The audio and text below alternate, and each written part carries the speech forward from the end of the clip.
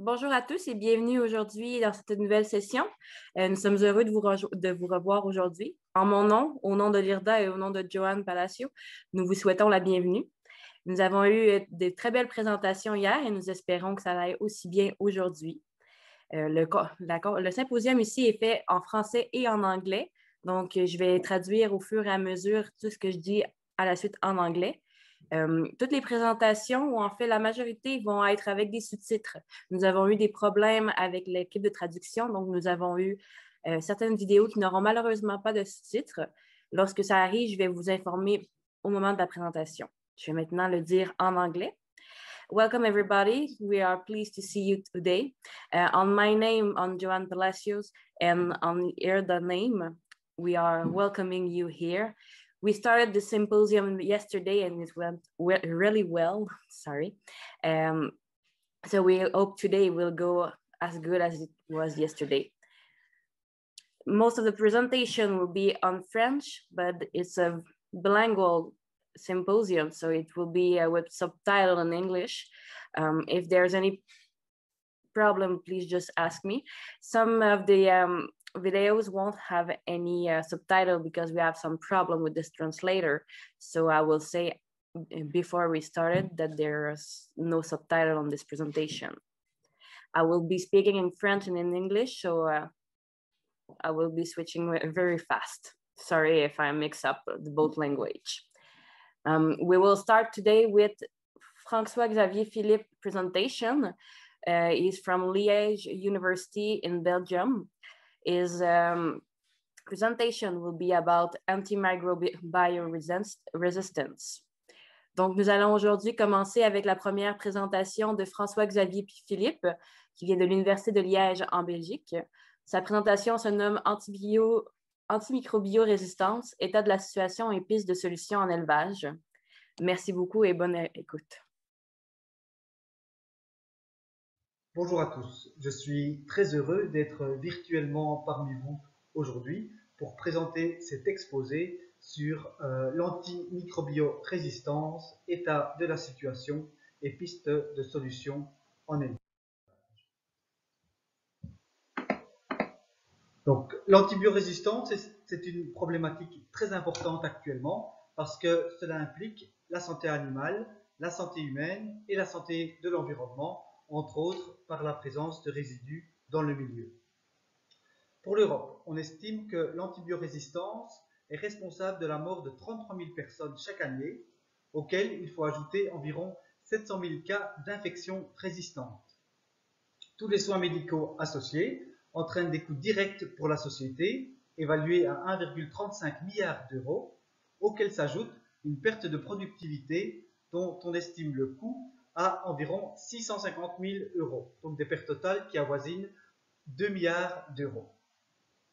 Lorsque l'on regarde la consommation d'antibiotiques, on voit que pour l'Europe, les êtres humains consomment 3 500 tonnes d'antibiotiques chaque année et les animaux, pour leur part, consomment environ 8 000 tonnes d'antibiotiques par an. Un lien clair a été établi entre la consommation d'antibiotiques et l'apparition d'antimicrobiorésistance.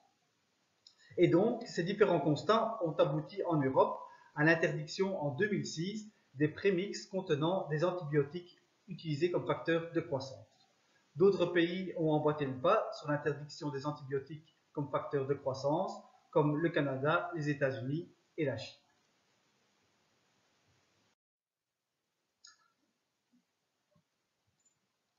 Au niveau mondial, la consommation d'antibiotiques chez les animaux producteurs de denrées alimentaires approche les 65 000 tonnes, soit environ 170-170 mg de principe actif par kilo de biomasse animale.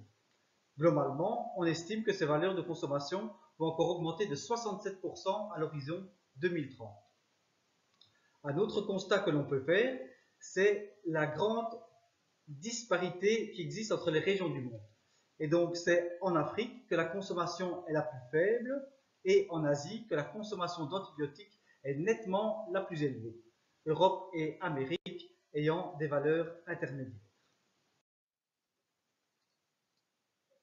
Sur ce schéma, on présente la chronologie d'apparition des souches bactériennes résistantes entre la découverte des différents antibiotiques, donc les étoiles jaunes, et la première détection d'une souche résistante à ces mêmes antibiotiques, donc les croix noires.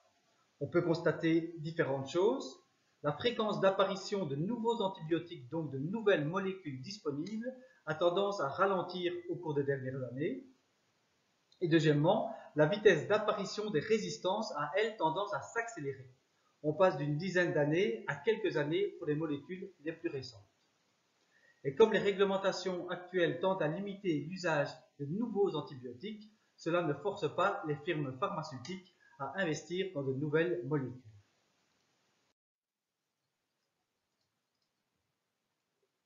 Face à ce constat, il a été décidé de réduire l'usage d'antibiotiques en médecine vétérinaire et de limiter l'utilisation à quelques molécules.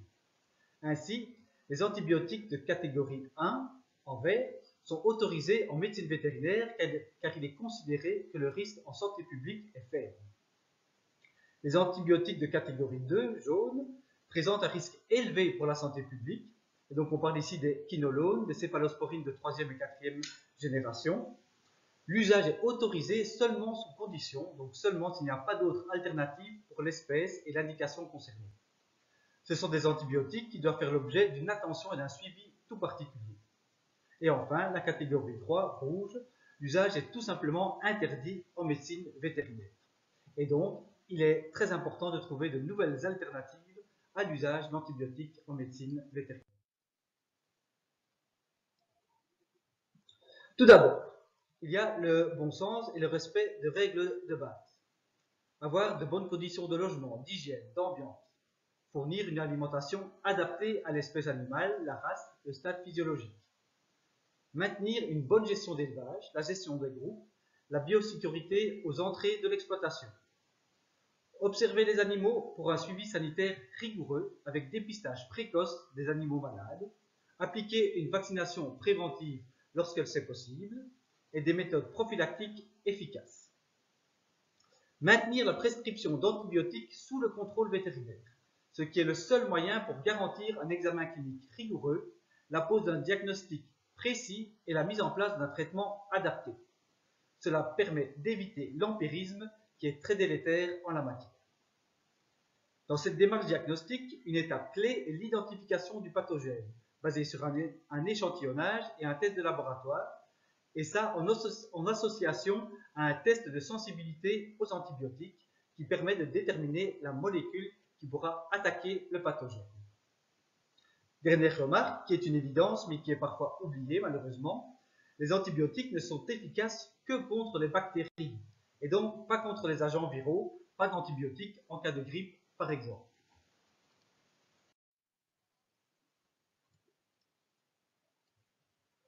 À côté de ces remarques générales, on peut faire des recommandations plus particulières qui concernent le traitement proprement dit. Ce sont aussi des évidences, mais c'est toujours bien de les rappeler. Respecter les recommandations d'usage sur la notice de l'antibiotique, concernant la dose, la durée du traitement, l'intervalle des traitements, la voie d'administration, le temps d'attente. Préférer les traitements individuels aux traitements de groupe. Préférer les voies d'administration locales, ensuite on choisira la voie parentérale par injection, et en dernier recours la voie orale, donc ce qui permet de limiter les résidus et les pertes d'efficacité. Lorsque l'administration orale a été choisie, nettoyer et désinfecter les systèmes d'administration.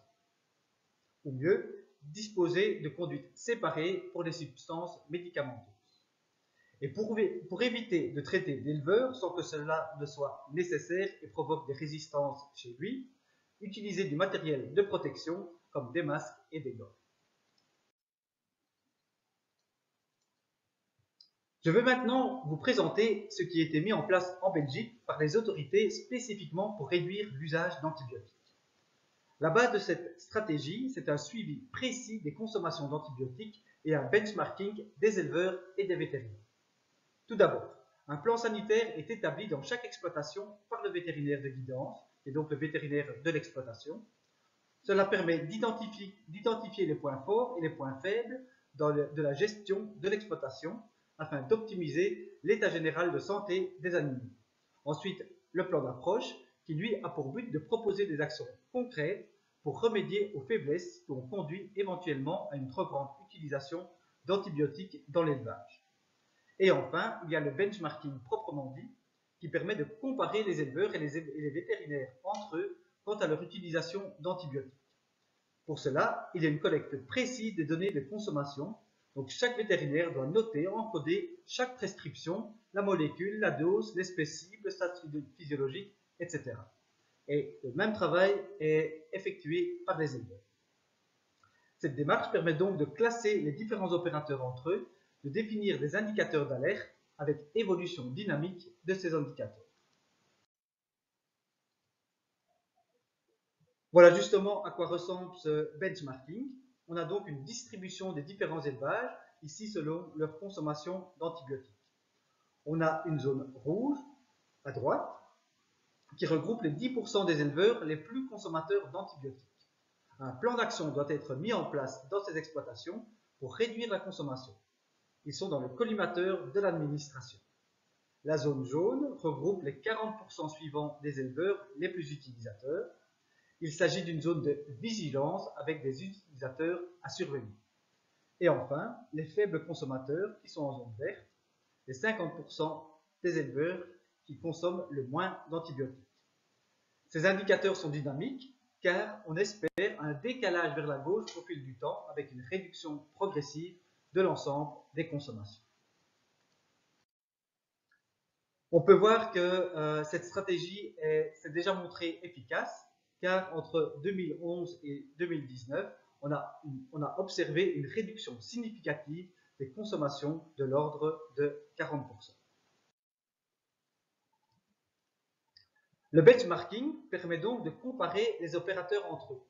Cela permet également de comparer les espèces animales entre elles et les stades physiologiques en particulier. Sur ce graphique, on voit comment se distribuent les élevages selon leur consommation d'antibiotiques. Et donc de gauche à droite, on a des jeunes porcelets, des porcelets sevrés, des porcs charcutiers, des porcs reproducteurs, des poulets d'engraissement, des poules pondeuses et des veaux. Et sur ce graphique, on peut donc constater que c'est lors du post-sevrage des porcelets que les consommations sont les plus élevées et qu'il y a la plus grande disparité entre les élevages, avec un très grand écart type entre les élevages.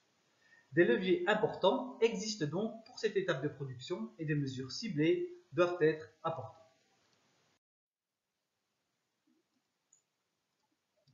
Tout d'abord, pourquoi on utilise beaucoup d'antibiotiques à cette étape de l'élevage, à ce stade de vie des porcelets? Le sevrage représente en fait une période critique, synonyme de beaucoup de changements pour le porcelet. Séparation de la mère, nouvel allottement, nouveau congénère, changement de local, nouvelle alimentation. Durant cette période, on voit fréquemment l'apparition de diarrhées profuses, essentiellement dues à E. coli, avec forte déshydratation, perte de poids et mortalité dans 20 à 30% des cas. Pour éviter d'importantes pertes économiques, il est assez répandu d'utiliser des antibiotiques de manière curative, voire préventive. Et donc, en guise d'illustration, on va donc se pencher sur cette période critique et voir dans cette situation quelles sont les alternatives à l'usage systématique d'antibiotiques. Tout d'abord, il existe énormément de compléments alimentaires qui ont été testés pour leur effet bénéfique sur la santé intestinale et donc comme alternative aux antibiotiques. Il est quasi impossible de les passer toutes en revue. Je vous réfère à au récent article de révision de Lopez et Galvez ici sur le sujet. Et donc les pistes potentielles qui ont été évaluées sont nombreuses. On peut citer par exemple les fibres alimentaires comme les pulpes de betterave qui se sont montrées efficaces, des prébiotiques, c'est-à-dire différents substrats utilisés spécifiquement par les micro-organismes bénéfiques pour la santé, comme les bosses, les fosses, des probiotiques, donc des bactéries vivantes en tant que telles, ou des levures ont également des effets favorables sur l'apparition des diarrhées chez les porcelets.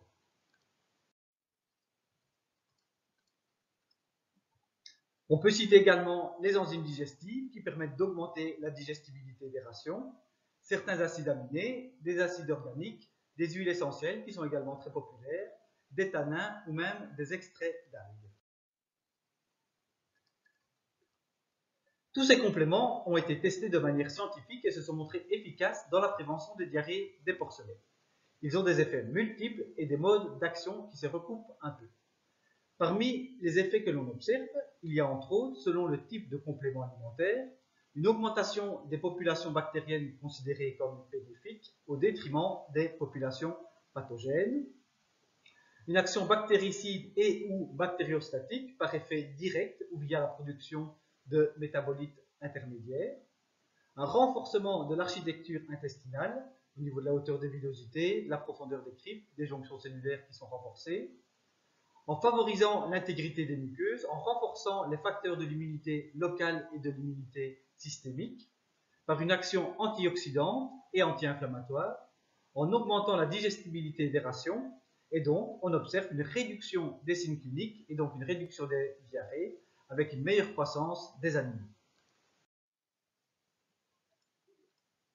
À côté des stratégies alimentaires, une autre piste est la sélection de porcs qui seraient eux-mêmes résistants aux pathogènes. Donc ce n'est pas la bactérie qui est résistante aux antibiotiques, mais l'animal qui devient résistant à la bactérie.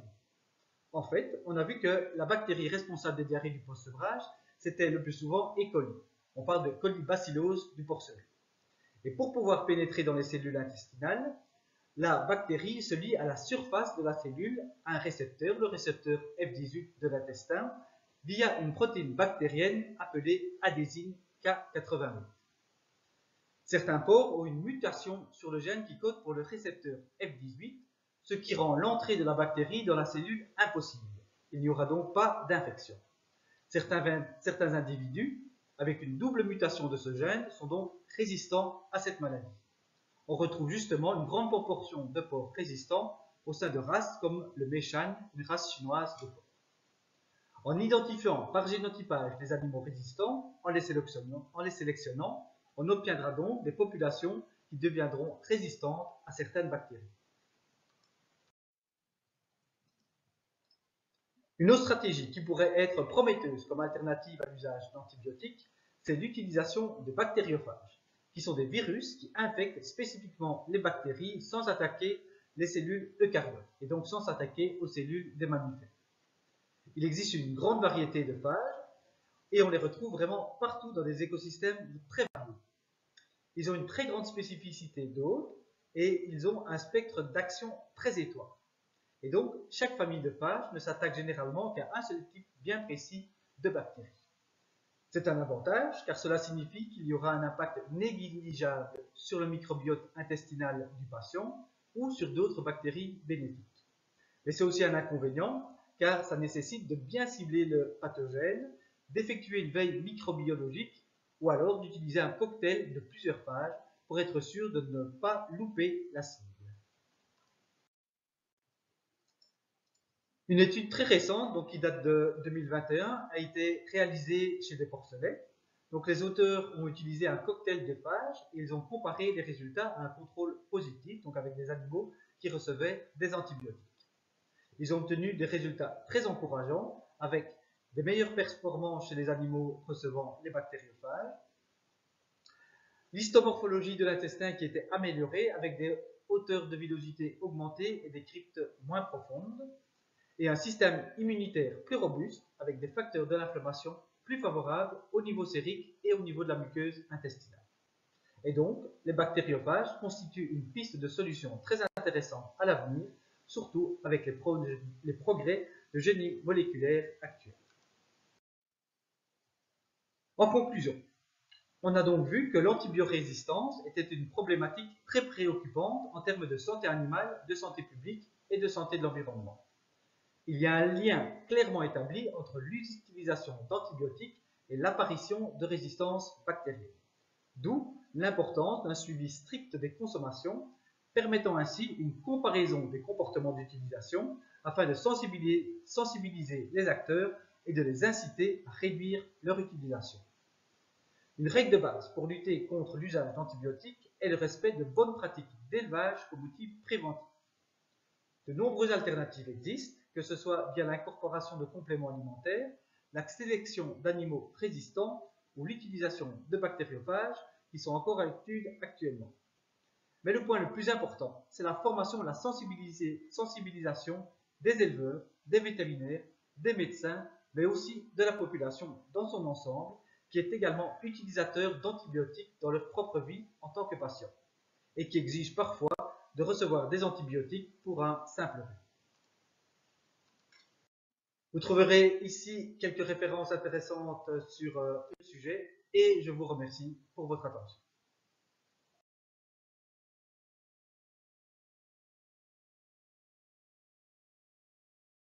Merci beaucoup, Monsieur Philippe, pour cette très belle présentation. Je vous invite tout le monde à cliquer sur l'icône Q&A pour demander vos questions. Thank you very much, Mr. Philip, for this interesting presentation. I would like to invite everyone to start asking questions with the Q&A onglet. If you have any question in English, I can translate it for you, no problem. I will start with one of my own. Je commencerai avec une question de moi. Comment peut-on comparer l'usage d'antibiotiques entre les différentes espèces, vu qu'il y a des stades physiologiques, des différences de poids ou métabolisme? Oui, merci pour cette question. Oui, tout d'abord, on a différentes espèces de poids différents. Enfin, ici, on parlait aussi des comparaisons avec l'être humain.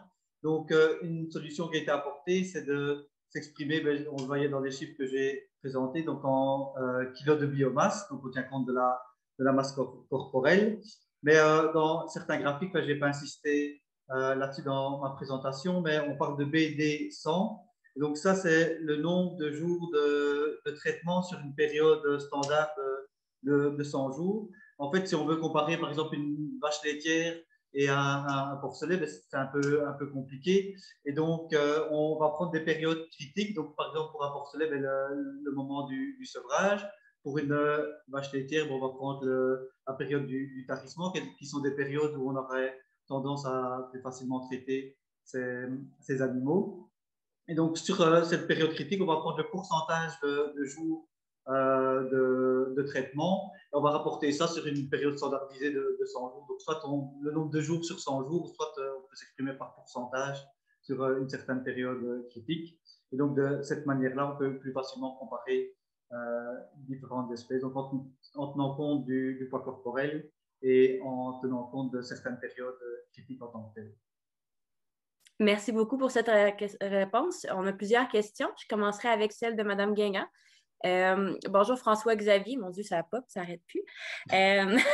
Bonjour François-Xavier, merci pour cette présentation. Serait-il possible d'avoir la liste des publications présentées un peu plus rapidement dans l'avant-dernier visuel? Je vais me permettre de répondre à celle-ci. Les présentations vont être disponibles la semaine prochaine. Donc, on va pouvoir les mettre disponibles après pour que vous puissiez les regarder plus amplement. Elle poursuit avec une question. Est-il possible d'évaluer le gain économique de l'utilisation d'alternatives aux antibiotiques? Oui, je n'ai pas d'informations directes chiffrées à ce niveau-là, mais oui, on compare toujours avec des performances égales. C'est vrai que dans les études, ce n'est pas toujours évident parce qu'il y a souvent un manque de contrôle négatif et de contrôle positif. Donc, souvent, on ne teste pas. Donc, les contrôles sont souvent uniquement sans aucun traitement, mais idéalement, on devrait contrôler par rapport à l'usage d'antibiotiques et par rapport aux autres alternatives. Donc, ça, dans les études, c'est un peu un manquement qu'on peut retrouver si on veut vraiment voir l'efficacité et le fait que les performances soient maintenues. Et après, c'est vrai qu'il n'y a pas toujours d'évaluation économique, mais de toute façon, ce n'est pas un choix qui va être fait d'un point de vue économique, c'est juste une obligation si on veut dans le futur pouvoir encore traiter certaines pathologies et surtout des pathologies humaines avec des antibiotiques dans les cas les plus critiques. Donc, ça va devenir une obligation, on devra s'adapter de toute façon. Parfait. Ce à quoi Mme Guingamp répond, la simplicité d'utilisation et le gain économique sont souvent des voies d'incitation importantes pour les éleveurs utilisateurs. Tout à fait. Le métier d'agriculteur se complexifie énormément et je pense qu'ils adorent ça quand c'est simple d'utilisation pour eux. Je continuerai avec une question de M. Stéphane. Si je peux rajouter un petit. Et donc, vraiment, l'aspect sensibilisation, c'est vraiment très important. Donc, il faut vraiment qu'il y ait un accompagnement très proche, très précis des éleveurs, des vétérinaires aussi. Donc, ils doivent vraiment travailler main dans la main. Et donc, c'est vraiment un travail sur le long terme continu. Donc, il faut toujours taper sur le même clou enfin, sans s'arrêter pour vraiment garder cet objectif en tête de réduction parce qu'on va faire attention pendant un lot, 2 lots, 3 lots et puis après on va reprendre la routine habituelle. Donc c'est vraiment d'avoir un suivi vraiment continu et très proche des éleveurs et des vétérinaires aussi qui doivent vraiment être partenaires entre eux. Voilà. Merci beaucoup. La prochaine question de M. Stéphane Godbout. Comment l'ingénierie pourrait aider ou collaborer à la réduction de l'utilisation d'antibiotiques? Oui, mais donc dans le contrôle des conditions, des bonnes conditions d'élevage, donc au niveau gestion des bonnes températures, des bonnes ventilations, éviter des flux d'air, des mouvements d'air à proximité des animaux pour éviter des problèmes respiratoires. Donc vraiment au niveau bioclimatique, je pense que les ingénieurs ont leur place. Oui, dans tout ce qui est des infections, l'importance des conduites d'eau, d'éviter la présence de micro-organismes dans les conduites d'eau. Donc, il y a beaucoup de méthodes qui peuvent être mises en place au niveau des infections, ionisation des conduites, justement pour éviter la prolifération des bactéries. Donc, je pense que c'est surtout à ce niveau-là. Merci beaucoup pour la réponse. Une dernière question de M. Johan Palacio. Pour FX Philippe, merci beaucoup FX pour ta présentation. Question. De ton point de vue, comment tu vois le rôle des ingénieurs dans cette problématique et ses pistes de solutions? Est-ce que seulement des ingénieurs génétiques auraient un avant-plan dans la phagothérapie? Donc, le côté ingénieur, je pense avoir répondu à Stéphane tantôt. Et pour la phagothérapie, oui, je pense que c'est vraiment du génie génétique ici en tant que tel. Donc, vraiment des généticiens moléculaires, des biologistes moléculaires, etc., qui doivent travailler sur ce terrain-là. C'est certain, ça fait d'énormes progrès ici actuellement dans ce domaine-là. Je pense que ça évolue vraiment très vite et donc il y a de bonnes perspectives à ce niveau-là et qu'on pourrait vraiment peut-être à terme faire de la phagothérapie vraiment à façon. Donc on irait dans une exploitation, on fait un échantillon, on a la bactérie responsable de la pathologie, on va vraiment cibler directement le phage qui pourra atteindre cette bactérie-là. Donc ça pourrait aller très vite vu les progrès qui sont faits actuellement dans ce domaine-là. Merci beaucoup pour vos réponses, M. Philippe. Et effectivement, vous avez parlé beaucoup dans votre présentation du rôle que tout le monde devait avoir ensemble, les producteurs avec les vétérinaires, aussi les ingénieurs avec les ingénieurs comme vous en génétique. Donc, je pense que c'est un beau mot de la fin pour montrer votre présentation et ça vient dans l'esprit du symposium ici. Merci beaucoup. Merci. So we now will go with the other presentation. This presentation will only be in French. We had some problem with the translator. If you have any question at the end, please ask them in English and I will help you. This presentation is made by Mr. Sébastien Turcotte. It will be for the well-being of animal and pork production.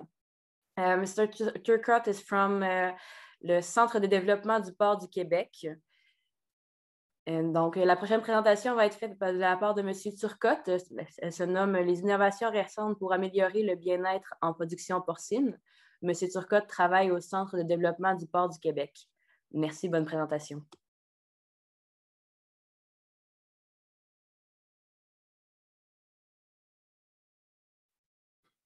Donc, bonjour tout le monde, je me présente, je m'appelle Sébastien Turcotte, je suis agronome, je suis responsable du secteur bâtiment et régie d'élevage au Centre de développement du port du Québec. Donc, aujourd'hui, je vais vous parler des innovations récentes pour améliorer le bien-être animal en production porcine.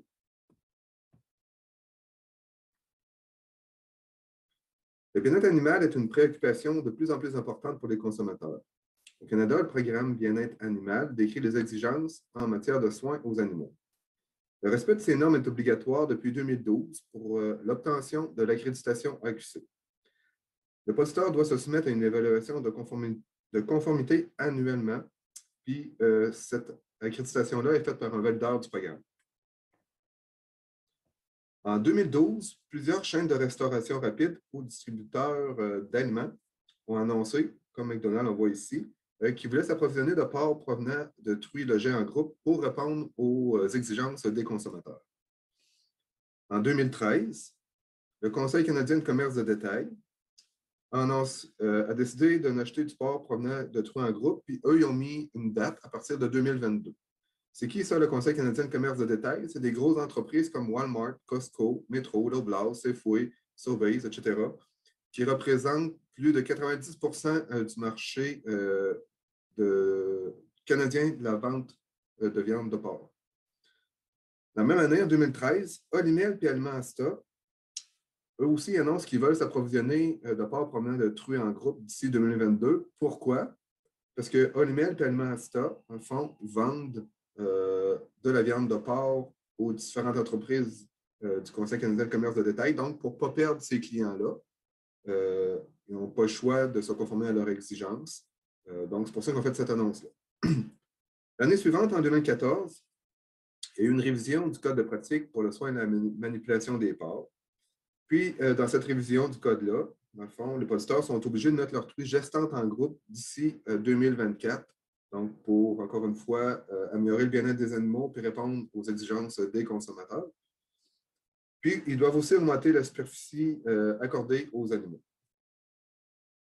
Donc, face à toutes ces nouvelles exigences-là, qui, je vais le mentionner, n'apportent aucun revenu supplémentaire aux producteurs, ces derniers n'ont d'autre choix que de se tourner vers les innovations. Donc, les innovations doivent répondre à un besoin qui est soit imposé ou communiqué par les producteurs. Donc, en plus de répondre aux nouvelles exigences, elles doivent permettre des améliorations à la ferme, donc minimalement l'amélioration du bien-être animal, mais aussi, si on veut que les producteurs adoptent ces nouvelles innovations-là, donc doivent apporter des améliorations, soit au niveau de la productivité, l'efficacité, l'efficience, pour permettre peut-être de suivre le troupeau en temps réel, d'aider le producteur à prendre des bonnes décisions. Puis, il faut savoir aussi que la vitesse de l'adoption des innovations est en lien direct avec la rentabilité de ces dernières. Donc, plus une innovation va apporter, par exemple, une amélioration de la productivité ou de l'efficacité, plus les producteurs vont adopter rapidement cette innovation-là. Donc, aujourd'hui, je vais vous présenter différentes innovations que j'ai classées en 3 catégories. Donc, des innovations qui permettent d'effectuer un suivi en temps réel des animaux. Des innovations permettant une détection hâtive des maladies ou des animaux malades. Puis, finalement, un peu plus général, des innovations qui permettent d'améliorer le bien-être des animaux. Donc, pour la première catégorie, innovation permettant d'effectuer un suivi en temps réel des animaux. Il faut savoir qu'avec l'arrivée des contrôleurs d'ambiance de nouvelle génération, il y a de plus en plus de fermes qui sont dites connectées. Donc, en plus de données d'ambiance conventionnelles comme la température, l'humidité, la vitesse de rotation des ventilateurs, l'ouverture des entrées d'air, etc., plusieurs autres types de capteurs vont être connectés sur ces contrôleurs d'ambiance-là pour envoyer les informations aux producteurs en temps réel. Comme capteurs, souvent, les producteurs vont connecter les compteurs d'eau. Donc, tout dépendant de comment ils sont équipés à la ferme, vont avoir différentes informations. L'information minimale, souvent, c'est qu'un producteur va mettre un compteur d'eau à l'entrée du bâtiment. Donc, il va connaître sa consommation d'eau pour le bâtiment total. Certains autres producteurs vont tenter d'être un peu plus précis. Donc, ils vont mettre un compteur d'eau dans chacune des salles. Dans les fermes de recherche, souvent, on va voir qu'il y a un compteur d'eau par parc, donc pour être encore un peu plus précis. Puis, encore une fois, dans les fermes de recherche, où est-ce qu'on utilise souvent des puces RFID? Il va y avoir une puce électronique qui va être bouclée à l'oreille des animaux. Donc, quand l'animal va se présenter à l'abreuvoir, on va avoir une lecture de sa puce électronique. Donc, on va avoir sa consommation d'eau à chacune de ses présences. D'autres types de capteurs vont permettre de connaître la consommation d'aliments des animaux. Donc, encore une fois, tout dépendamment comment que le producteur est installé, les informations vont être plus ou moins précises. Donc, au minimum, certains producteurs vont se mettre soit des pesons sur les pattes des silos ou des lasers sur les silos pour avoir la quantité de moulées consommée dans le bâtiment au complet. Donc, soit dans le bâtiment ou des fois, il y en a des producteurs qui ont un silo par salle. Donc, s'ils sont équipés de cette manière-là, ils ont la consommation d'aliments pour la salle. Souvent, dans les fermes de recherche, on le voit apparaître ce système-là aussi chez quelques producteurs commerciaux. Donc, il va y avoir des systèmes d'alimentation par trémie. Donc, on va être capable de savoir la quantité de moulées qui a été mangée par les animaux qui sont alimentés dans cette trémie-là. Donc, souvent, on va avoir les données, les trémies souvent sont doubles. Donc, on va avoir les données pour la consommation de 2 enclos. Puis, encore une fois, soit dans les fermes de recherche ou chez les compagnies qui font de la sélection génétique, on peut avoir les consommations d'aliments individuels. Souvent, comme je vous mentionnais pour les 2 groupes précédents, ça va être des stations d'alimentation soit en pouponnière, comme on voit ici, ou en engraissement. Mais avec l'exigence de mettre les truies gestantes en groupe, plusieurs producteurs vont choisir des systèmes comme on voit ici sur la photo, soit de DAC ou de DAC autobloquant. Puis, dans ces systèmes-là, dans le fond, chacune des truies ont une puce électronique à l'oreille. Donc, on est capable d'avoir la consommation en temps réel de chacun des animaux du troupeau. D'autres producteurs aussi vont s'équiper pour avoir le poids des animaux en temps réel. Donc, ça peut être soit des balances connectées qui vont être placées soit devant la trémie ou devant les abreuvoirs. Ici, c'est notre ferme expérimentale à Deschambault. Donc, ici, c'est un abreuvoir. Puis ici, ce qu'on voit en avant, donc, c'est une balance connectée. Donc, toutes les fois qu'un animal va boire, son poids il va être enregistré. Puis, en plus, on lit la puce RFID. Donc, on est capable de savoir le poids de cet individu-là toutes les fois qu'il va s'abreuver. Certaines fermes commerciales ont des balances trieuses, comme on voit ici. Puis souvent, ils vont être connectés sur le contrôle de nouvelle génération. Puis, on voit apparaître tranquillement la pesée par imagerie. Donc, encore une fois, c'est possible de brancher cette technologie-là sur les contrôles de nouvelle génération ou envoyer directement l'information aux producteurs ou aux gérants de ferme. Donc, c'est possible d'avoir le poids des animaux en temps réel. Donc, avec toutes ces données-là qui sont envoyées, il y a des logiciels, des applications, des systèmes qui permettent d'analyser les données en temps réel, puis de détecter des anomalies ou des écarts avec les résultats escomptés. Souvent, de plus en plus, ces logiciels ou applications-là vont utiliser l'intelligence artificielle. Donc, le genre d'analyse qui est fait va nous permettre de détecter rapidement s'il y a un manque d'eau ou s'il y a un bris, mettons, d'une conduite, donc un gros gaspillage d'eau. Donc, quand ça arrive, il va y avoir une alarme qui va être envoyée au producteur. Même chose au niveau de l'aliment. Donc, s'il y a un manque de moulée ou, à l'inverse, s'il y a un bris du système de distribution puis le moulé qui est gaspillé au sol, le système va envoyer une alarme. Puis, lorsqu'on a le poids des animaux, puis la quantité de moulée consommée, donc c'est possible de faire des ajustements du programme alimentaire parce qu'avec ces données-là, on a la consommation d'aliments en temps réel, on a le poids en temps réel de l'animal. Donc, on est capable de voir c'est quoi son taux de croissance, aussi c'est quoi son efficacité alimentaire. On est capable de savoir en temps réel, donc on est-tu dans la courbe de croissance ciblée, on est-tu en dessous, on est-tu en dessus. Puis, on est capable d'ajuster le programme alimentaire en fonction des des besoins réels des animaux, puis aussi en fonction de comment les animaux se performent par rapport mettons, à l'historique de la ferme. Donc, ceci permet aux producteurs de réagir plus rapidement, ce qui vient améliorer le confort, les performances des animaux, puis du même coup, le bien-être animal. L'autre catégorie d'innovations que je voulais aborder aujourd'hui, c'est les innovations qui permettent une détection hâtive des maladies.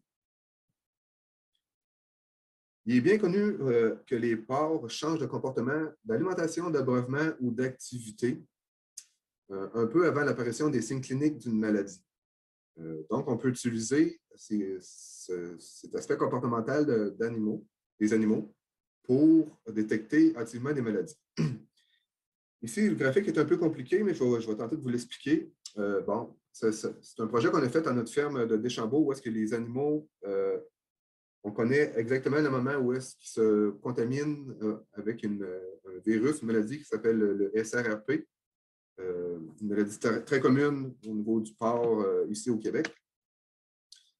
Donc, la ligne en jaune, c'est le pourcentage, dans le fond, d'animaux qui sont positifs au virus du SRRP. Puis, c'est des diagnostics qui sont faits, puis qui ont été analysés au laboratoire. Ici, la ligne qu'on voit en rose, ça, c'est les cas, le pourcentage d'animaux qui sont positifs au SRRP, mais selon les signes cliniques. Donc, nos gens qui sont à la ferme, quand ils voient des animaux malades, bien, ils les notent. Donc, on voit qu'il y a un décalage entre la contamination réelle des animaux puis le signe clinique, ce qui est fait à la ferme. Il faut savoir que dès que les animaux commencent à être contaminés par cette maladie-là ou par une autre maladie, dès qu'un animal commence à être malade, souvent cet animal-là va diminuer sa consommation d'aliments. Ici, la ligne en verte, c'est la consommation d'aliments. Même chose au niveau de la consommation d'eau. Là, on ne l'a pas sur ce graphique-là, mais c'est le même pattern. Dès que les animaux commencent à être malades, ils vont diminuer leur consommation d'eau. Puis, dans ce projet-là, dans le fond, on voulait tester une caméra infrarouge. Donc, on peut voir ici, c'est la ligne en mauve. Dès qu'il y a commencé à avoir des animaux qui étaient infectés au virus du SRRP, on voit aussi qu'il y a eu une augmentation de la température. Ça, c'était du groupe. Donc, on voit que c'est possible avec les systèmes de caméra infrarouge de détecter très, très rapidement les animaux qui sont malades ou qui viennent de se contaminer à un virus ou à certaines maladies, puis d'agir rapidement. C'est ça l'objectif, c'est d'agir rapidement pour diminuer, dans le fond, les effets négatifs de ces maladies-là. Donc ici, avec ça donne voici des exemples d'images qu'on peut avoir avec les caméras thermiques ou les caméras infrarouges. Donc ici, on peut voir que les extrémités du porc, donc les oreilles et le bout de son groin, sont en bleu pâle. Donc, ce porc-là ne va pas bien, les extrémités sont froides. Puis, dans cette image ici, donc, plus que c'est rouge foncé, plus que les animaux font de la température.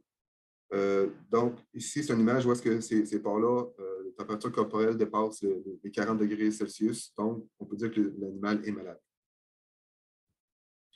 Donc, voici un exemple de l'équipement qui avait été mis en place pour ce projet-là. Dans le fond, c'est une caméra ici infrarouge qui se déplaçait sur un rail.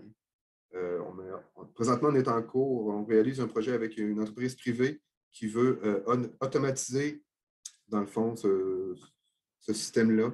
Puis, on va utiliser l'intelligence artificielle pour que toute l'analyse d'image se fasse de manière automatique.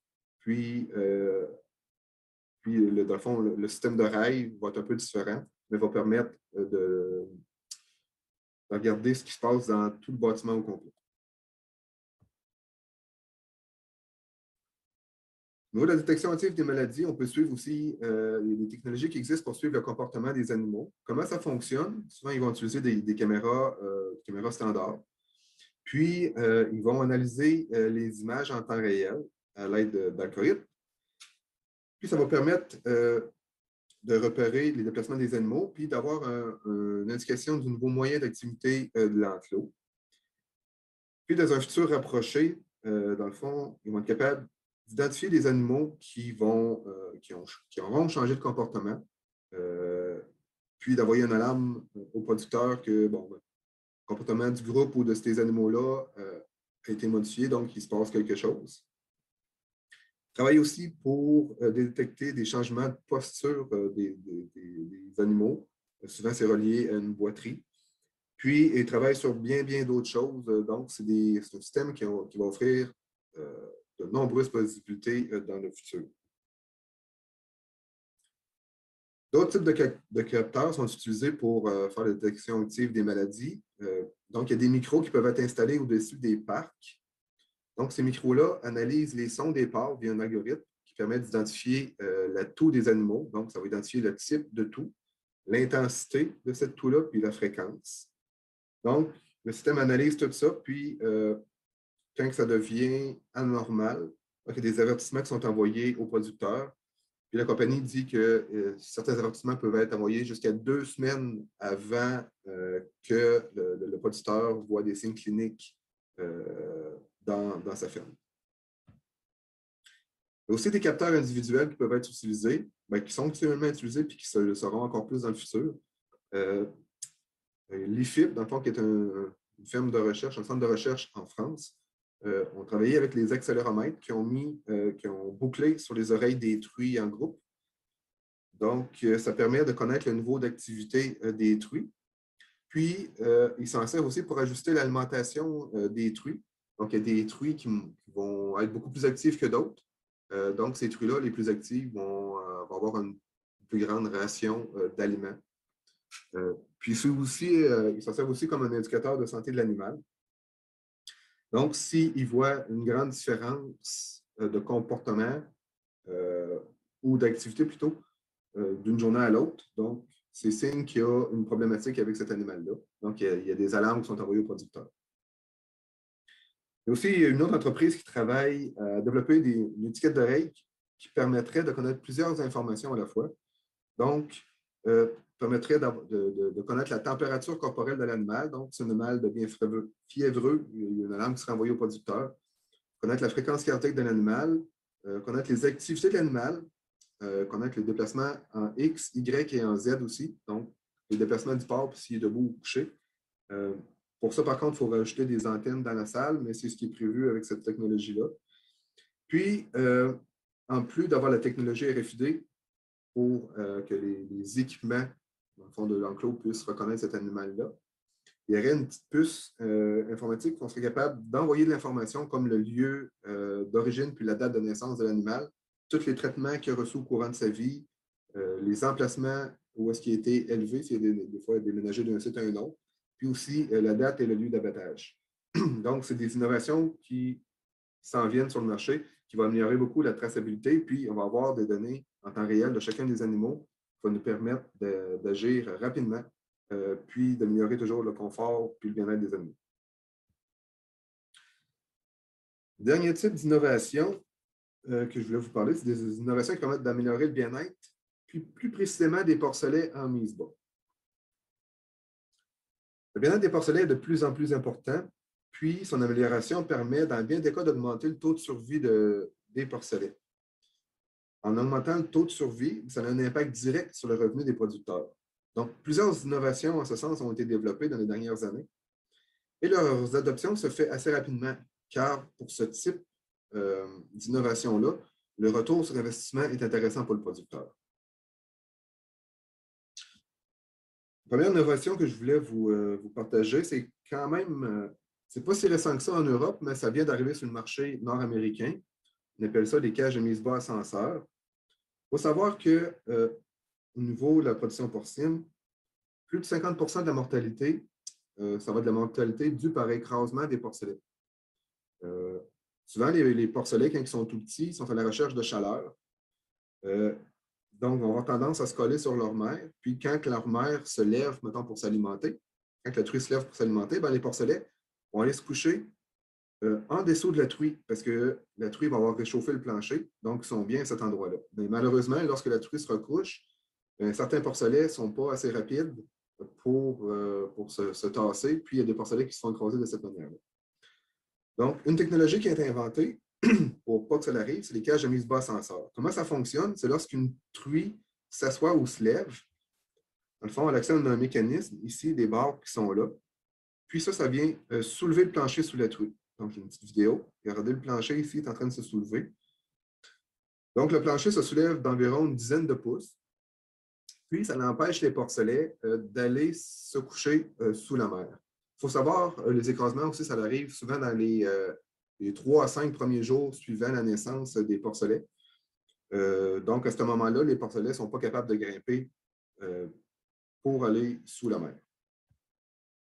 Puis, dès que la truie se recouche, dans le fond, dès qu'elle ne touche plus la barre qui est ici, donc le plancher va redescendre tranquillement. Puis, ça va permettre au porcelet, dans le fond, d'avoir accès à la tétine, puis de pouvoir aller s'abreuver lors de l'allaitement de la truie. Donc, ce type d'équipement-là vous permet de diminuer de plus de 50 % la mortalité par écrasement. Donc, selon différentes sources, ceci va représenter entre 0,8 et 1,2 porcelets par portée. Donc, même si cet équipement-là est plus cher qu'une cage conventionnelle, souvent, il va y avoir un retour sur investissement en moins de 3 ans. Ça a un impact très important sur le bien-être des porcelets parce qu'on va diminuer, on va augmenter de beaucoup le taux de survie des porcelets. Un autre système qui a été inventé pour, encore une fois, diminuer les écrasements des porcelets, c'est un système qui permet une surveillance audio. Donc, le système permet de monitorer le son caractéristique que font les porcelets lorsqu'ils se font écraser. Donc, un porcelet qui se fait écraser crie d'une manière spécifique. Donc, le système est capable d'identifier ce son-là. Lorsqu'il l'identifie, il y a une forte vibration qui est envoyée sur la patch, comme le truc noir qu'on voit ici, qui est collé sur la truie. Cette vibration-là, ce que ça va faire, c'est que ça va faire lever la truie. Donc, le porcelet qui est pris en dessous va pouvoir se déprendre.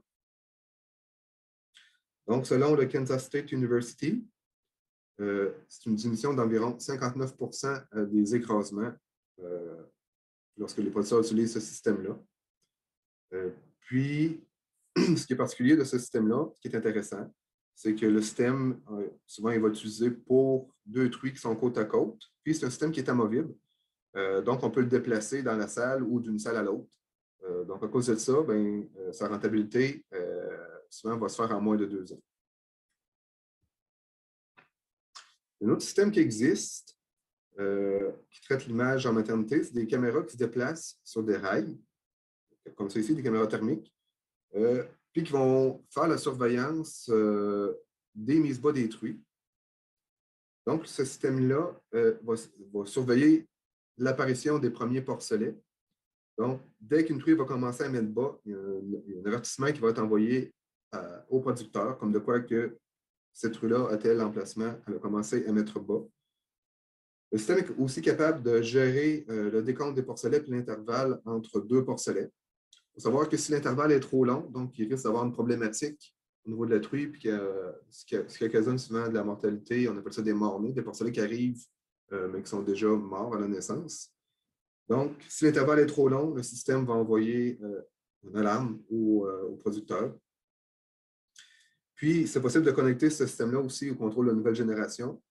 Donc, on peut activer, désactiver les niches ou les planchers chauffants, ainsi que les lampes infrarouges de chacune des cages.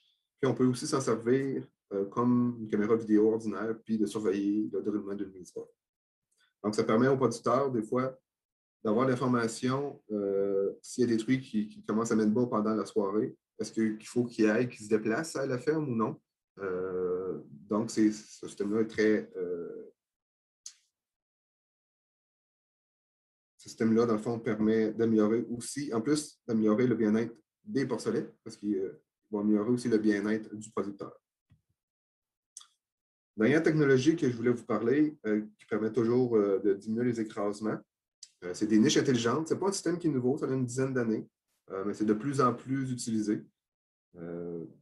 Donc, les niches, faut savoir que les besoins thermiques des porcelets et des truies sont vraiment à l'opposé. Un porcelet naissant va avoir besoin d'environ 38 degrés Celsius pour être confortable, tandis que la truie, elle, il ne faut pas qu'elle ait trop chaud pendant la mise bas puis qu'elle s'alimente correctement. C'est plus aux alentours de 20 à 21 degrés Celsius ses besoins.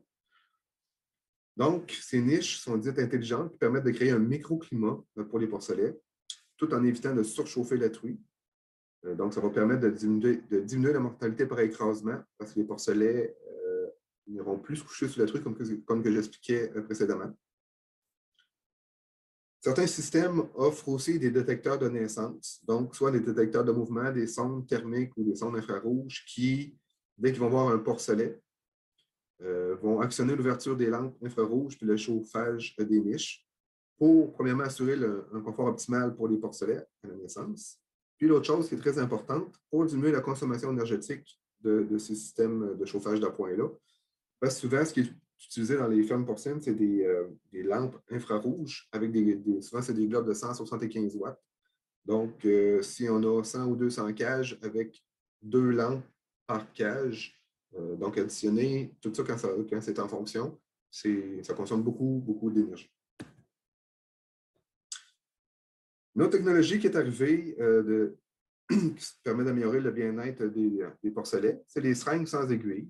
Donc, ce système-là offre plusieurs avantages, donc aucun risque de casser les aiguilles. Ça diminue la douleur aussi au niveau du porcelet.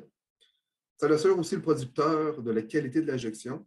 Donc, souvent, avec les aiguilles, si on n'est pas vraiment perpendiculaire, si on est plus en biais, au lieu de faire une injection intramusculaire, on se ramasse avec une injection sous-cutanée qui, des fois, l'efficacité, mettons, au niveau du vaccin va être moindre. Donc, ces seringues-là vont nous permettre d'assurer la bonne qualité. Et il y a aussi les seringues doubles. Il faut savoir, souvent en position porcine, on va donner plus qu'un vaccin au porcelet. Donc, on va permettre de manipuler une seule fois le porcelet. Donc, on va venir diminuer son stress. On va augmenter l'efficacité aussi du travail. C'est moins long quand on utilise ce genre d'équipement-là. Puis, il y a des nouvelles seringues qu'on dit connectées, donc qui permettent de gagner le temps et sauver des erreurs. Donc, toutes les injections qui sont faites après ça vont être transférées dans un logiciel. Donc, en conclusion, il y a plusieurs innovations qui sont arrivées sur le marché dans les dernières années pour répondre aux besoins de la filière porcine et ainsi améliorer le bien-être animal. On est vraiment à la croisée des chemins. On est au début de toutes les possibilités qu'apportera le développement d'équipements et d'applications qu'utilise l'intelligence artificielle. Certaines de ces innovations-là sont et seront adoptées plus rapidement que d'autres. Souvent, c'est des innovations qui permettent, en plus d'améliorer le bien-être, d'obtenir de meilleures performances techniques, d'améliorer l'efficacité du travail, puis de faciliter certaines tâches. Donc, les innovations sont là pour rester. Puis, c'est ces innovations-là qui permettent de faire avancer la production porcine. Donc, je vous remercie. Je ne sais pas si vous avez des questions.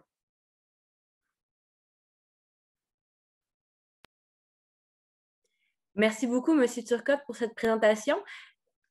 Je dois avouer qu'elle était extrêmement complète. Merci beaucoup, pleine d'informations. So, thank you very much, Mr. Turcotte, for this presentation. She was very interesting and full of information. If you have any question, you can now hit the Q&A and ask them. You can ask them either in English or in French. I will be pleased to answer for you. Je vais commencer avec une question. Bonjour, M. Turcotte. Ma question était, quels sont les critères qui font en sorte que les producteurs utilisent une innovation plus rapidement? Vous en avez parlé tellement, mais c'est quoi? Pourquoi les producteurs choisissent spécifiquement elle en premier? Bien, il y a plusieurs raisons, comme j'ai mentionné. La première, c'est sûr, c'est pour répondre à un besoin, mais surtout, ils vont adopter rapidement si le retour sur investissement est là, ou si ça leur donne d'autres avantages comme une économie de temps ou améliorer leur efficacité. Donc, c'est pour ça que, comme je mentionnais dans ma présentation, les systèmes qui permettent de diminuer le nombre de porcelets qui est écrasé en mise bas, on voit ces systèmes-là apparaître de plus en plus dans les élevages québécois. Là, parce que justement, ils permettent d'améliorer le bien-être, mais aussi, ces innovations-là sont rentables pour le producteur. Merci pour votre information. Personnellement, j'ai vécu sur une ferme laitière pendant un été de temps, puis vous parliez à un moment dans votre présentation des notifications qu'on avait en temps réel de s'il y avait une mise bas ou s'il y avait des problèmes. C'est très intéressant parce que souvent, les producteurs doivent faire des rondes beaucoup plus souvent, tandis que là, en temps réel, ils peuvent avoir leur information, puis ça aide aussi beaucoup à la gestion des problèmes parce qu'on ne peut pas toujours les voir. Effectivement. Merci beaucoup. Si vous avez des questions, ce serait le temps de les demander.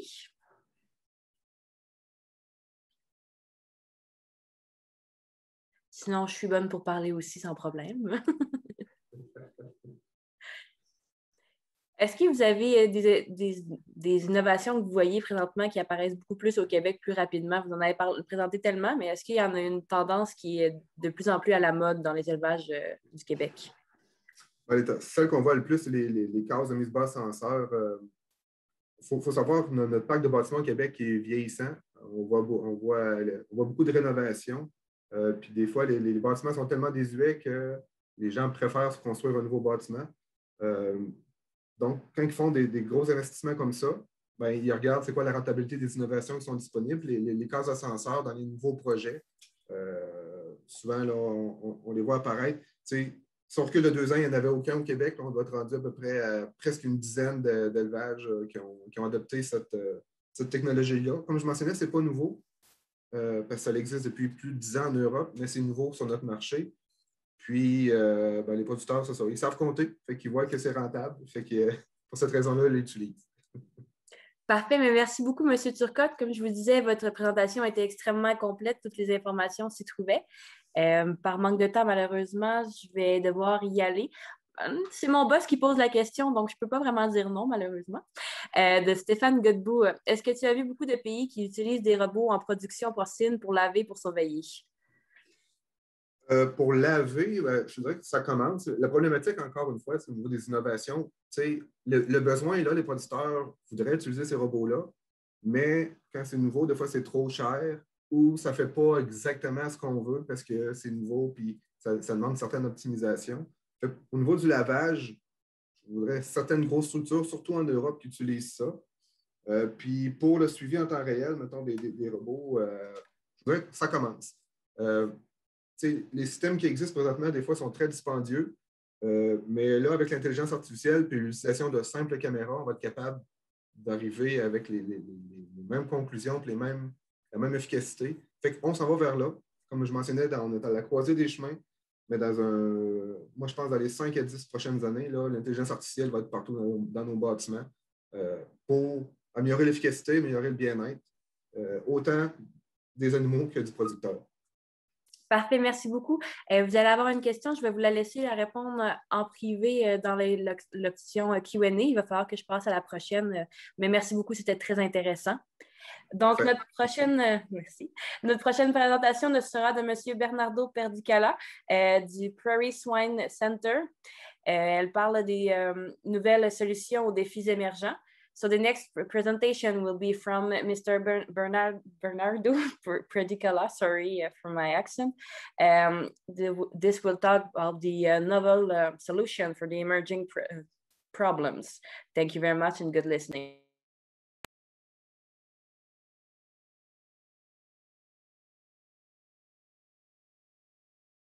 Good day. First, I'd like to thank the organizers for this symposium, for inviting me to talk about this work that we've done and pertaining to novel solutions to emerging challenges in sanitation, hygiene, and animal production. So first, I'll start off with the outline of my presentation and provide a brief background on sanitation and hygiene, the emerging concerns with respect to this topic, some novel solutions that we've investigated, and then a wrap up on concluding remarks on this topic. So first, a brief background. So why are we talking about sanitation and hygiene? So it's an important component of biosecurity. Biosecurity and animal production are rules and practices that are in place to promote the health and productivity of the workers and the animals. They are aimed to maintain the health status and prevent and control the onset of diseases. And if they do occur, then they're also aimed as a biocontainment to prevent the spread of these diseases to other premises. However, there are emerging concerns with respect to the current sanitation and hygiene practices that are being used in the industry. One is the current methods are losing their effectiveness, either because of the disinfectants are no longer effective in controlling the pathogens that are being employed to control, or the pathogens themselves are losing vulnerability to the disinfectants that we've been using. There are also new threats from foreign animal diseases, like, for example, the PED, porcine epidemic diarrhea, or African swine fever, and also increasing public concern with antimicrobial resistance. So all these are pointing to the use of, to the reduced use or elimination of the use of antibiotics. And it's been said that moving forward, livestock production will probably doing more of the antibiotic-free production.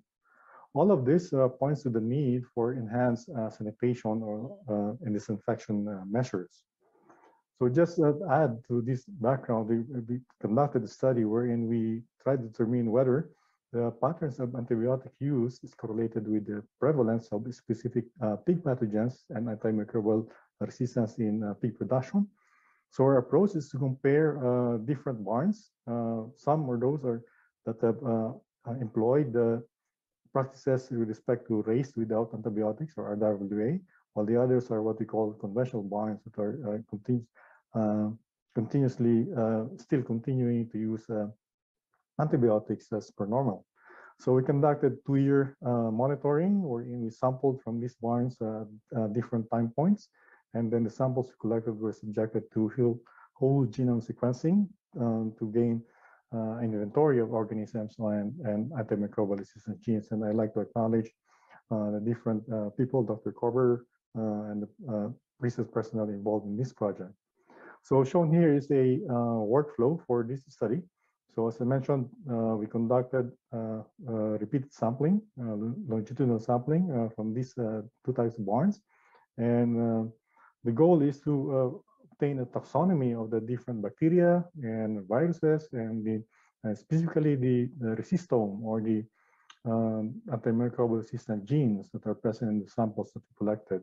So shown there at the bottom is the reference for one of the papers that we produced from this work, and we're currently preparing one based on the results from the entire study. So what we found so far, this is just preliminary results from results that have been analyzed.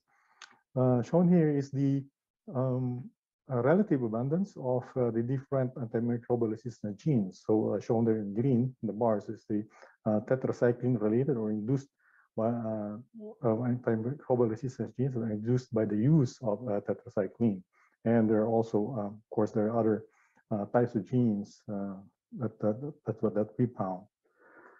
So basically what we've seen is that the comparison of the RWA and an RWA barn, we've shown that there's a substantial reduction in tetracycline antimicrobial resistant genes, as well as multi-drug resistance ARGs in RWA barns.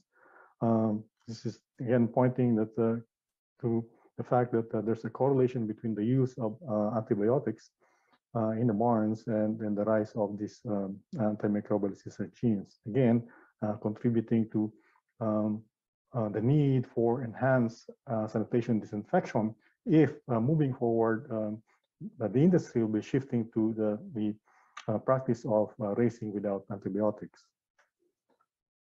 So what are some of the novel solutions that we've studied with respect to mitigating the emerging concerns with the current sanitation and disinfection measures?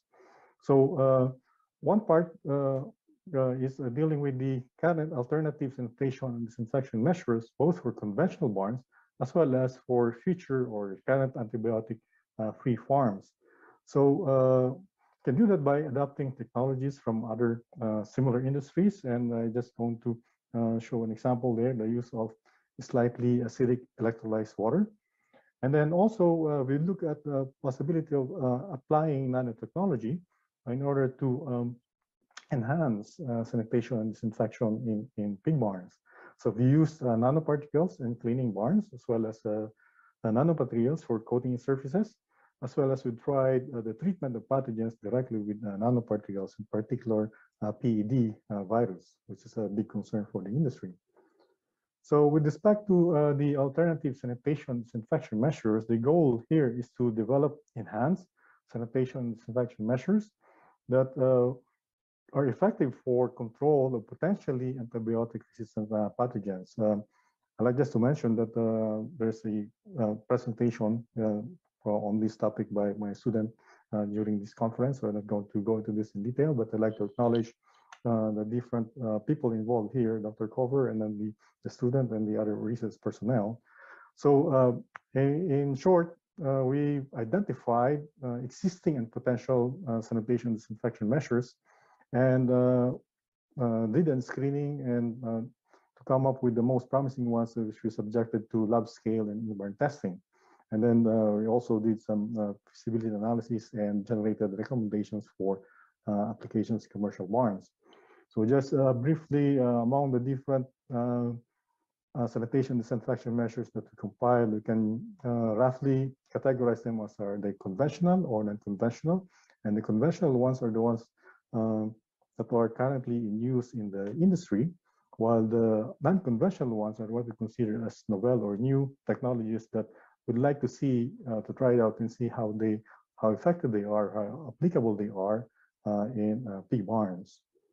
So as I mentioned, I'm just going to highlight one particular technology, the use of slightly acidic electrolyzed water, because I think that this is a novel solution.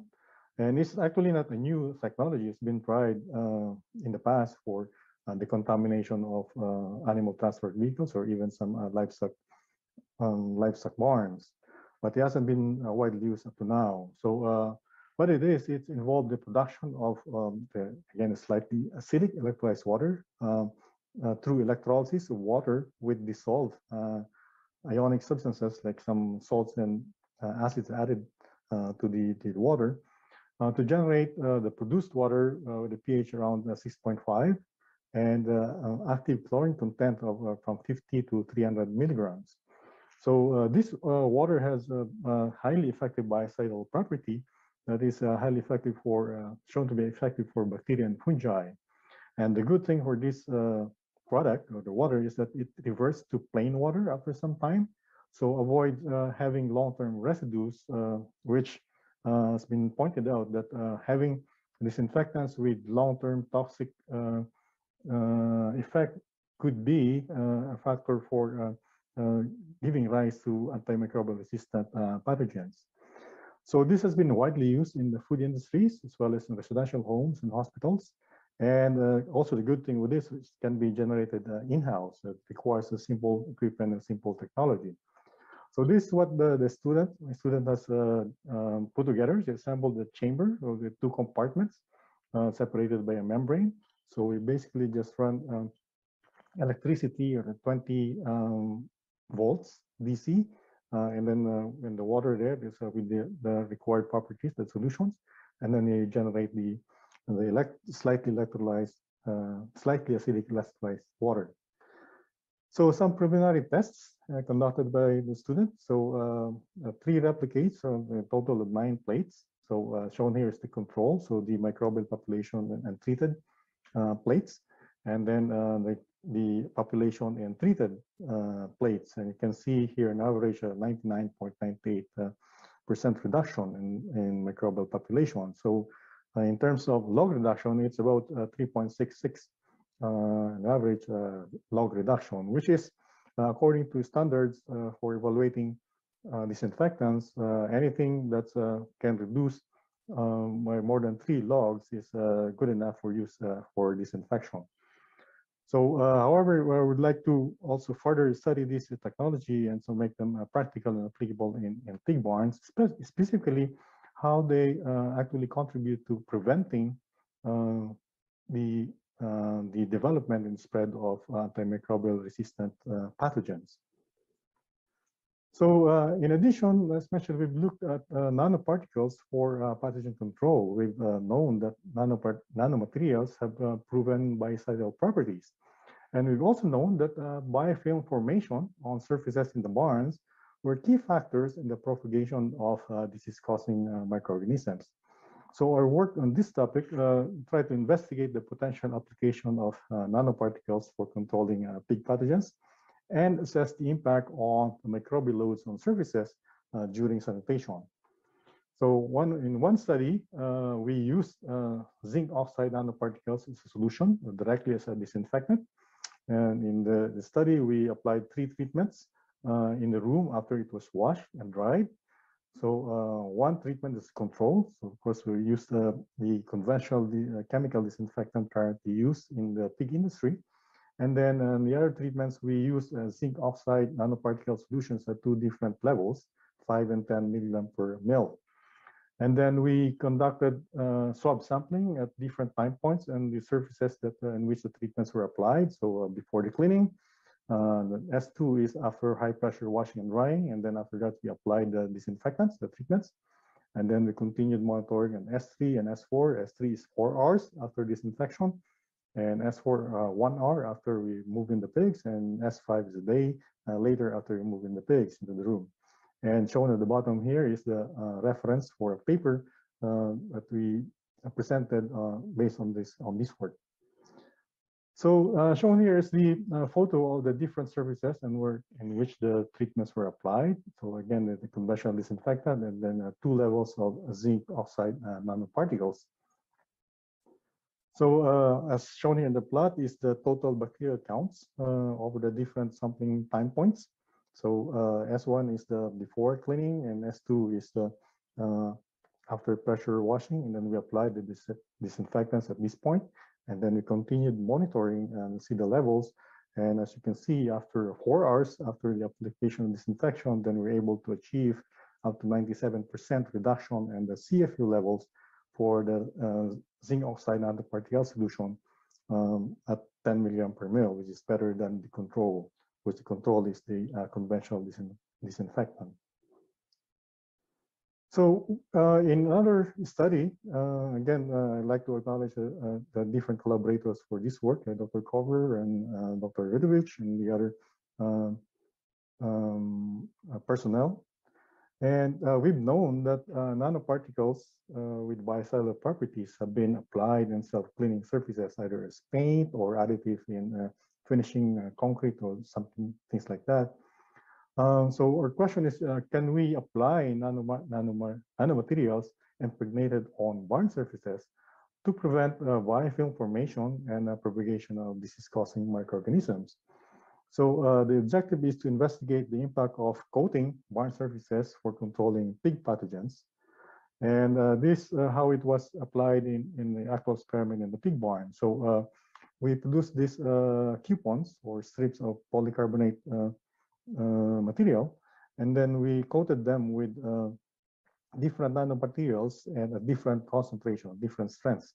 So we conducted preliminary experiments to formulate how we can apply the coating so that it will stay there, and at the same time it won't deactivate the nanoparticles themselves. So we applied them, as you can see here, applied them on the panning of pig in the pig barn, and then we let them there and allow the pigs to contaminate them through time. So, and then periodically we come in and retrieve some of the coupons, and then after they're contaminated at different time points, and then we brought them back to the lab for culture them in a bioreactor to basically find out what survived or what grew on those coupons. And this is just one example of what we found. So this is with regard to using the zinc oxide nanoparticles again on those coupons of different strengths and the impact on the growth of Salmonella. And as you can see here, the higher the concentrations, of course, then the less number of Salmonella we found growing on those coupons. And at the bottom here is the reference for the paper that published on this work. So we also looked at the mechanism, what's going on when we apply the treatment with the zinc oxide nanoparticles.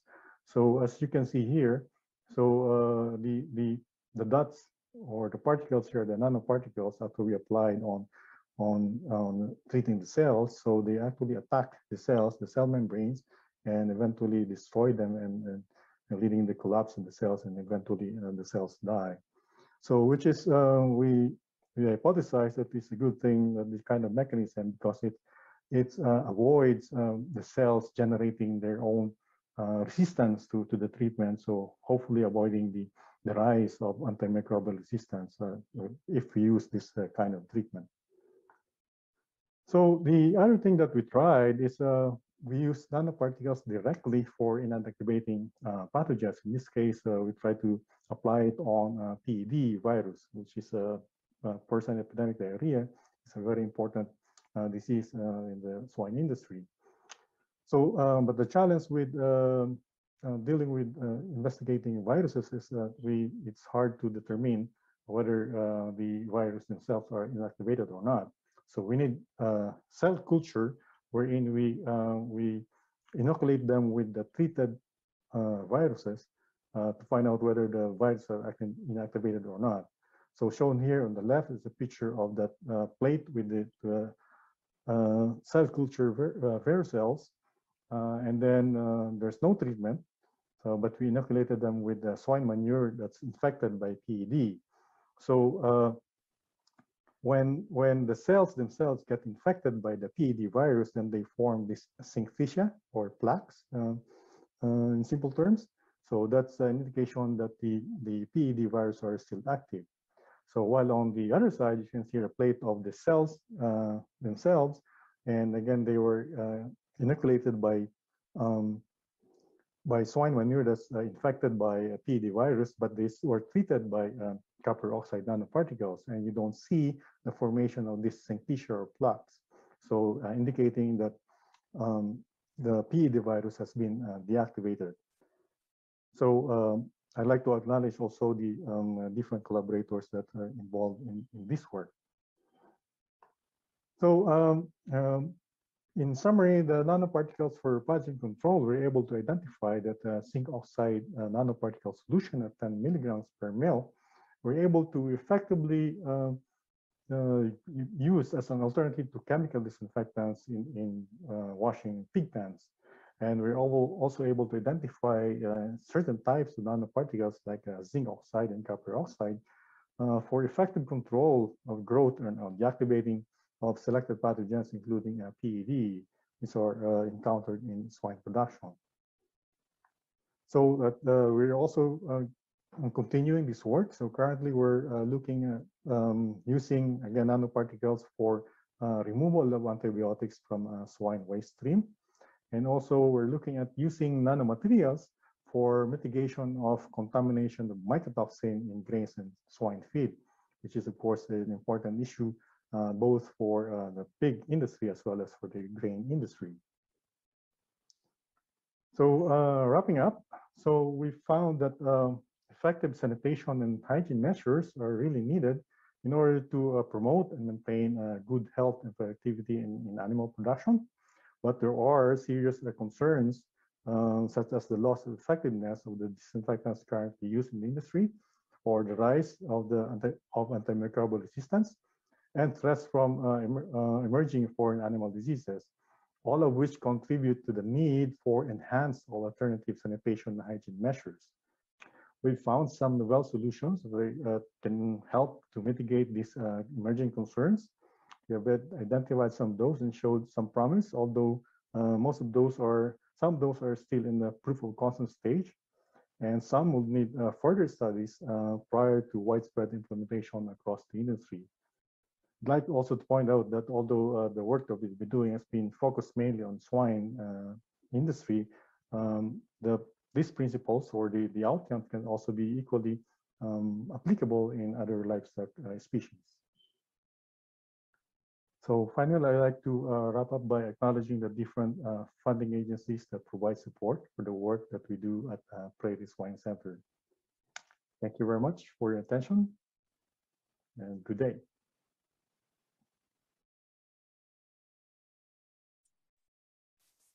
Thank you very much, Mr. Perdicala, and welcome with us. Thank you. So I will start by letting people ask questions. We already have one from Mr. Stefan Godbout. Do you think possible to produce electrolyzed water in real time during cleaning, or the water has to be produced before differing washing operation? I think it can be possible. So actually, in the setup that we're using, we actually need to use the water immediately after it's produced, right? So if you have large enough tanks and you have the large enough the chamber for producing them, then you can do it while as we produce it and then use it at the same time. Thank you for your answer. We have one other question from François Xavier Phillips that say, thank you for the presentation. What about the impact of ZNO residue in the environment? Could it induce bacterial resistance? That's the thing that we looked at. So you've seen one of the slides. So we look at how the ZNO nanoparticles are actually attacking the cells. So we think that by the mechanism that is shown there, it probably hopefully won't cause the antimicrobial resistance. But with regard to the impact on the environment, in one of our previous studies, we actually monitored the levels that's remaining in the manure, for example, the accumulation there, and we found them to be below the toxic levels that for this particular chemical. Thank you very much. I will have one on my own. In your presentation, you mentioned a number of potential alternative sanitation and disinfector measures that were already investigated in the past, but they were not yet widely implemented in the livestock industry in the present. What are the considerations that need to be taken into account before a particular new sanitation measure is adopted by the industry? Thank you. So of course, the first one is it should be effective, but the efficacy should be either better or as good as the existing disinfectants that are being used right now. And the other one is cost, right? So of course, in pig production, from the point of view of pig farmer, either it should be the same cost or cheaper if possible. It could be a little bit more expensive as long as it provides additional benefits. Like for example, it protects the animals better or improve the productivity of the animals and also the workers, or protect the environment. So it could probably a trade-off between the cost and the additional benefits. Then of course there's a technical requirement and equipment requirement. Hopefully it should be as simple as possible. The less equipment that's required, the better, and the less technical skills required to implement it, the better, the new technology. So as you might know, in the pig industry right now, so especially for the smaller ones, most of the cleaning and power washing is done by a casual worker or the most junior worker in the operation. A casual worker usually just hire a high school student on the weekend, and they do the washing and the cleaning and things like that. So so that's why you would like to give them the equipment or the technology as simple as possible because of this kind of working arrangement. And eventually, of course, it all comes down to the safety. It should be safe for the worker, for the animals, for the buildings, and for the environment. So all those need to be taken into account before we can convince a pig producers to switch from what they're using right now into what you're offering them as new alternatives. Thank you very much. We will go with the last question from Magali Wen Saint-Germain. Thank you for your presentation, Mr. Pierre-Luc. Are some swine pathogens known to be more susceptible to the electrolyzed water treatment? Actually, that's one of the things that we'd like to find out, right? So compared to the other disinfectants that we used, it's actually has less efficacy, because the other in our results we've seen that the other disinfectants like the conventional ones can go up to 7 log reduction, while the electrolyzed water is only up to 3 log reduction. So clearly it's not the same efficacy as the conventional disinfectants.